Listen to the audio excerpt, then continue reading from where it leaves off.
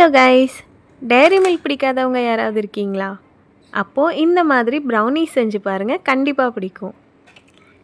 S, இன்றைக்கி நம்ம டேரி milk use பண்ணி சூப்பராக சாக்லேட்டியாக ஒரு ப்ரௌனி தான் பண்ண போகிறோம். யூஸ்வலாக ப்ரௌனீஸ்க்கு வந்து நம்ம டார்க் சாக்லேட் யூஸ் பண்ணுவோம். பட் இன்றைக்கி கொஞ்சம் டிஃப்ரெண்ட்டாக ட்ரை பண்ணலாம் அப்படின்னு இந்த மாதிரி பண்ணிகிட்ருக்கேன்.